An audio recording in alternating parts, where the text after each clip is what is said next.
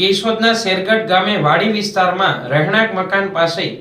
મગર ચડી આવતા વન વિભાગ દ્વારા રેસ્ક્યુ કરવામાં આવ્યું હતું।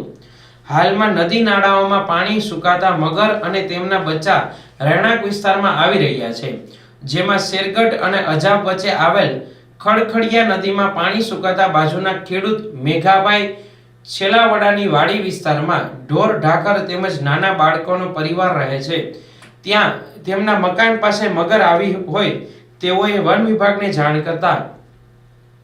તાત્કાલિક વન વિભાગના 5 કર્મચારીઓએ પહોંચી રેસ્ક્યુ કરી મગરને પકડી પાડી હતી। ઘણા સમયથી આ વિસ્તારમાં દીપડા, સુવર અને મગરનો ત્રાસ જોવા મળે છે।